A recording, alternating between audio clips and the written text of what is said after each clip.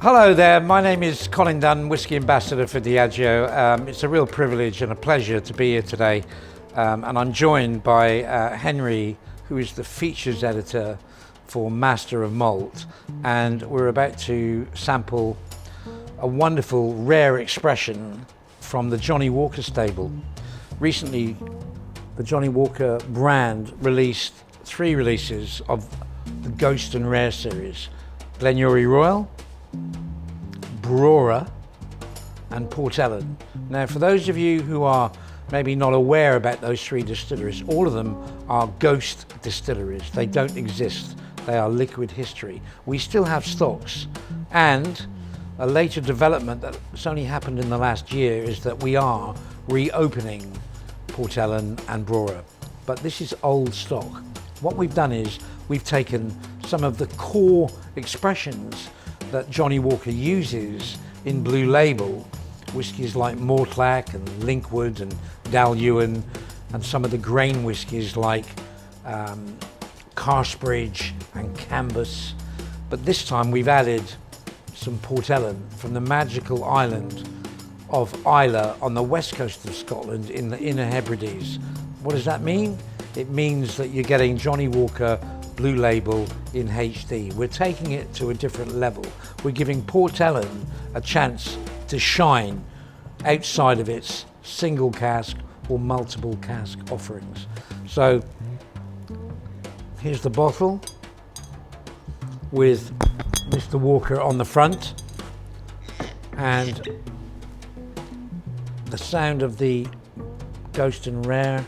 When Port Ellen was open, would it have always gone into blends? Yeah, Henry's brought up a really good point about Port Ellen. When Port Ellen closed in 1983, the oldest whiskey at the distillery was 9 years of age. None of it had been released as a single malt. In fact, the only way you can taste young Port Ellen today would be at auction by buying a signatory independent bottling where they had a 10-year-old. And I have tasted young Port Ellen, and it tastes very similar to Kalila on Islay, round about 10 miles north of where Port Ellen is. So we have very few casks left now of Port Ellen. Some of them have been used here to enhance and add to the Johnnie Walker portfolio, and the difference is amazing. If you are able to get the chance to try Blue Label against Blue Label Ghost and Rare Port Ellen, you will see that Port Ellen is delivering in spades the flavour profile from that ghost distillery. So Henry, this one is for you. Thank you. We're in the privileged position of being in downtown Soho here today, tasting a rare whiskey from a ghost distillery, hence the name, a trilogy at the moment of 3, but it's very, very special. So on the nose, you're getting that medicinal note that reminds people of, if you've tasted it, more mature Port Ellen, but reminds me also of Kalila, where it's hospitals and bandages. That's smoked meat as well. Smoked meat over here. We tasted earlier a Lagavulin which had that raw smoked meat. This is bordering on that. It's a very, very special whiskey, but the major factor is the master blender, Jim Beveridge, has to deliver that flavour of Port Ellen into Johnnie Walker, that it becomes a part of the whole. So it's not just the Walker expression, it's Port Ellen giving it that little touch at the end to say, and not only are you getting a balanced taste of all the whiskies that go into Johnnie Walker, but Port Ellen is taking you into a different level.